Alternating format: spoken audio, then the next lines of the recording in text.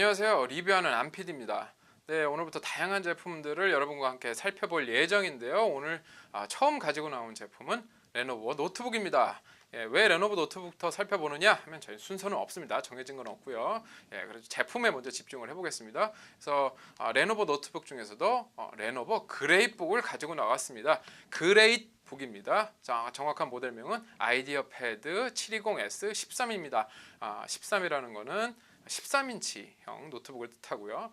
그레이북이라는 이름은 왜 그런 이름을 지었는지 정확히 모릅니다. 뭐 성능이 그레이트한지 외관이 그레이트한지 뭐 그건 함께 살펴보고요. 레노버의 장명 센스는 이전에도 뭐 요가 컴포터블 노트북에다 요가북이라는 이름을 붙이기도 했으니까 뭐 그런 걸 참고를 하시고요. 어쨌든 레노버 그레이북은 울트라북의 플랫폼을 가진 초슬림 노트북입니다.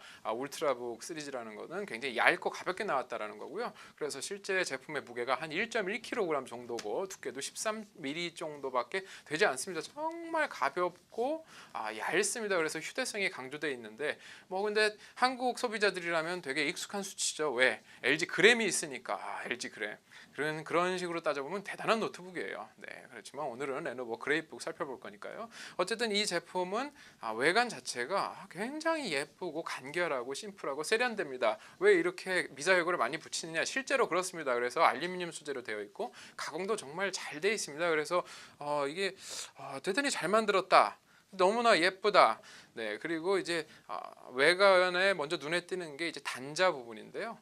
왼쪽에는 이제 USB-C 타입 포트 단자가 두 개 있고요. 그리고 USB 3.0 단자가 하나 있고 오른쪽에는 USB 3.0 단자 하나랑 그리고 오디오 그리고 마이크 통합 단자가 하나 있습니다. 이게 끝입니다. 그리고 굉장히 심플하죠. 울트라북 시리즈는 보통 다 그렇습니다.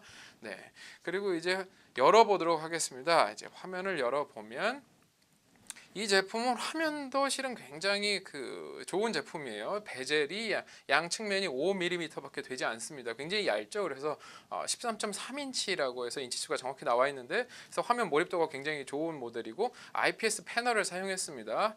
그런데 이제 5mm 베젤이라는 건 양쪽 측면에만 해당하는 거고요. 하단부에는 레노버 노트북답게 하단부 베젤은 상당히 두껍습니다. 이렇게 많이 나옵니다. 왜 이렇게 나오는지 잘 모르겠어요. 이 부분을 줄일 수가 없는 건지, 네, 이런 점은 좀 아쉽습니다. 네, 그리고 이제 화면을 켜보기 전에 이제 이 팜플레이트 키보드 부분을 보면 키보드는 역시 레노버 제품답게 굉장히 키 간격도 넓고 반발력도 좋고 정말 적당합니다. 그래서 타이핑이 나는 굉장히 타이핑 감이 중요하다 하시는 분은 레노버 제품들을 선택을 하면 절대 후회가 없으실 겁니다. 타이핑 감을 더 중요하게 생각하시는 분들은 이 상위 모델인 싱크패드 노트북을 선택하기도 하죠. 그거는 가격이 더 높습니다. 그리고 팜레스트 부분도 넉넉해가지고 이렇게 손을 올려두고 타이핑하기가 편하고요. 그리고 전반적으로 전부 다 알루미늄 소재이기 때문에 뭐 한여름에 뭐 손에 땀이 많이 나시는 분도 편안하게 사용하실 수 있습니다. 이제 고급 고성능 노트북이 가끔 이제 멋을 부린다고 카본 소재를 사용하기도 하는데 거기 유분기가 많이 껴가지고 나중에 청소하기가 더 힘듭니다. 네, 그리고 이제 상판을 자세히 보면 JBL이라는 표시가 보이는데요. JBL이라는 거는 사운드 전문 회사인데요. 이 JBL이 튜닝한 스피커가 제품 하단부에 이렇게 스피커가 위치해 있습니다. 근데 이게 돌비 애트모스까지 지원을 해서요. 이제 영화라던가 뭐 게임이라던가 이런 걸 즐길 때 굉장히 유용합니다. 그래서 사운드가 굉장히 좋다는 얘기죠. 출력도 빠방하고요. 네, 그리고 AMD 라이젠 7이라는 마크가 보이는데요. 여기서 주목을 좀 하셔야 되는 게 레노버 그레이북의 가장 큰 특징 720S13의 가장 큰 특징은 라이젠 7을 탑재했다는 겁니다. 국내에서 유일하게 현재까지는 유일하게 라이젠 7을 탑재한 모델이고요. 이 라이젠 7 CPU 즉 AMD가 만든 라이젠 7 CPU의 특징은 이전에는 노트북 CPU를 대부분 인텔 제품을 사용했는데 드디어 라이젠 시리즈가 나오면서 굉장히 인텔이 긴장 중입니다. 왜냐? 같은 가격에 성능이 한참 좋습니다. 적당히 좋은 게 아니라 한참 좋아요. 네, 이 한참 좋다라는 건 물론 뭐 한 10%, 20% 컴퓨터 세계에서는 한 20%, 30%만 좋으면 한참 좋은 건데 바로 그렇습니다. 거기다가 GPU 칩셋 라이젠 베가라고 하는 명칭이 좀 틀릴 수도 있지만 라이젠 베가라는 그 GPU 칩셋이 아예 CPU 안에 통합이 되어 있습니다. 그래서 뭐 오버워치라던가 리그 오브 레전드 같은 게임 정도는 가볍게 즐길 수가 있습니다. 네, 이런 울트라북에서 말이죠.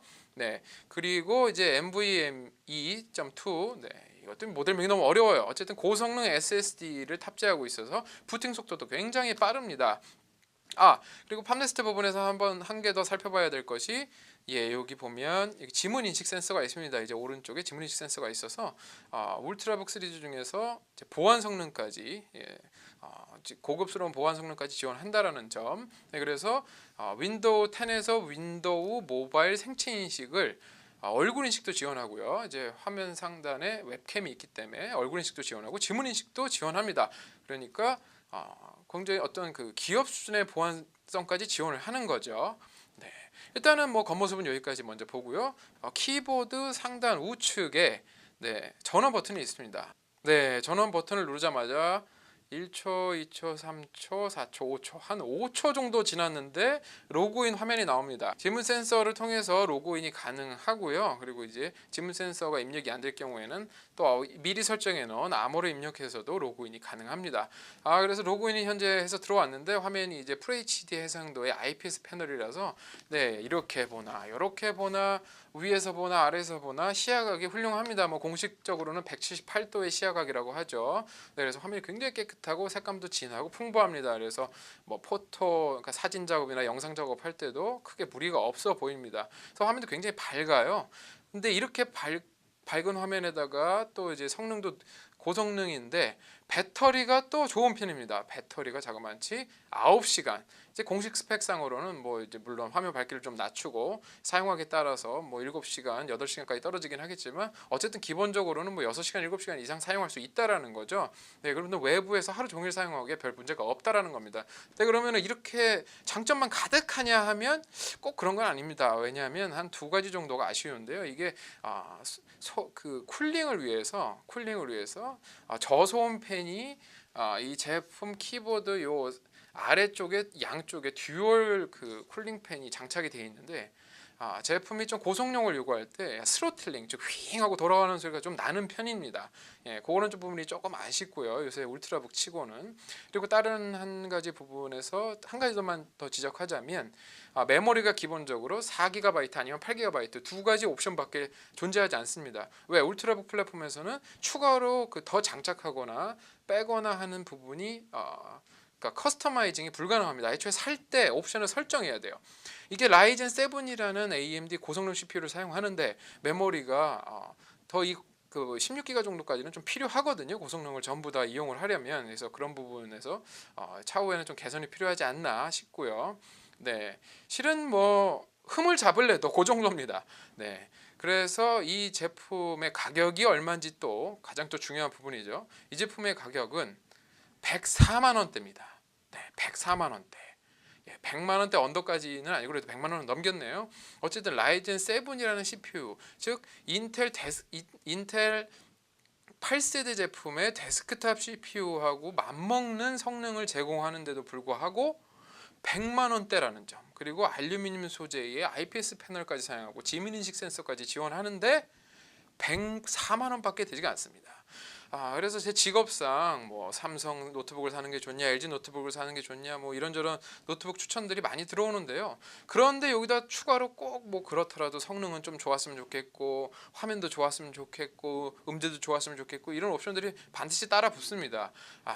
그렇다라고 한다면 레노버 노트북 한번 검색해 보시면, 특히나 레노버 그레이북 한번 살펴보시면 여러 가지로 만족하실 겁니다. 104만 원에 이 정도 성능과 그 디자인과 완성도를 지원하는 제품은 거의 찾아보기 어렵습니다. 그러니까 레노버가 아니면은 해내기 어렵죠. 그러니까 가성비의 레노버라고 할 만하고요. 거기다가 AMD 라이젠 7을 붙여서 날개를 단 격입니다.